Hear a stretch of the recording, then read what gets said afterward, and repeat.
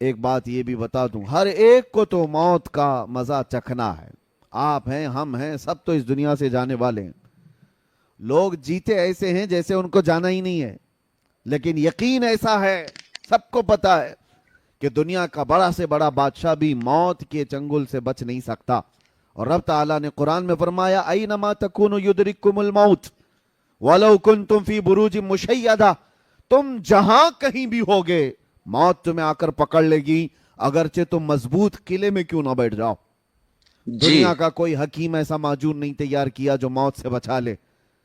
Science اتنی ترقی کر کے بھی آج تک موت کی دوا نہیں بنا سکا، جی کوئی نہیں بنا سکتا قیامت تک. قرآن میں اللہ کا وعدہ ہے لکل امت اجل، ہر جماعت کو یا ہر انسان کو موت آنی ہے.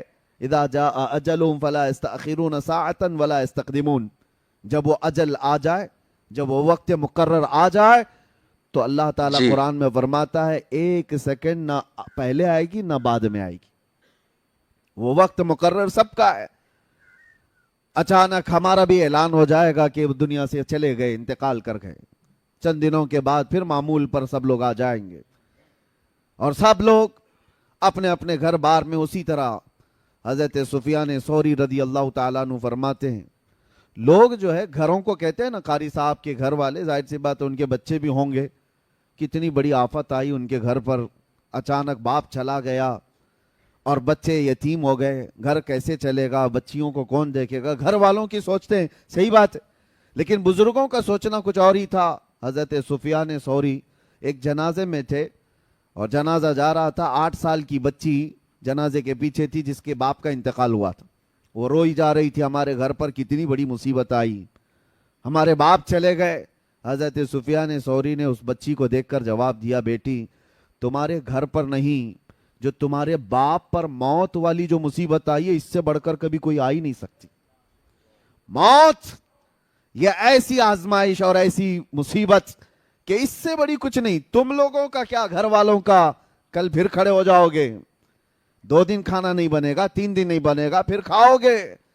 موت انسان کے لیے سب سے بڑی مصائب کی، آزمائش کی ایک ایسی بادشاہ کا نام ہے جس کے متعلق حضرت سفیان ثوری فرماتے ہیں کہ اپنے باپ سے پوچھو کہ کتنی بڑی مصیبت آئی. موت اس کو ہلکے میں مت لو، آسانی پہ مت لو. جی اور جب دفن کر کے آ گئے دوسرے دن، وہ قبرستان گئے تھے، حضرت سفیان قبرستان گئے ہیں اور وہی بچی قبر کے پاس بیٹھی رو رہی ہے اور کیا کہہ رہی تھی اپنے باپ سے کہ ابا جب آپ بیمار تھے تو بچھونے میں بچھا دیتی، اوڑھنے میں لا کے دیتی، آپ کو بھوک لگتی کھانے میں لاتی، دوائیاں میں پلاتی. کل کی رات کیسی گزری آپ کی؟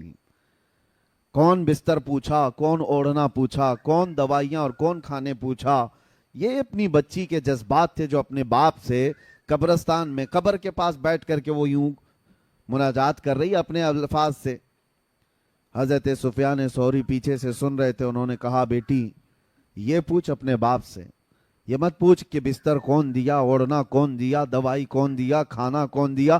یہ دنیا ختم ہو گئی. ان سے اب یہ پوچھ ہم نے جو کفن دیا تھا فرشتوں نے اسے باقی رکھا یا ختم کر دیا. یہ پوچھ ابھی کہ ہم نے نہلا کر کے بھیجا تھا، کہیں اس پر اللہ نے بچھو اور سانپ تو نہیں چھوڑ دی. ہم نے خوشبوئیں لگائی تھی، پیٹ کے پھٹنے کے بعد تعفن اور بدبوئیں تو نہیں پھیل گئی. یہ پوچھ اب مردے سے.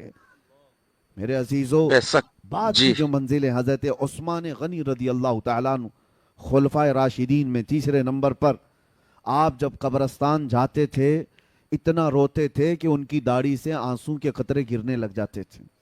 آپ کے غلام وہ کہتے کہ حضرت عثمان غنی سے کہ جب بھی آپ قبرستان کے پاس آتے اتنا کیوں غم کرتے ہیں، اتنا کیوں روتے؟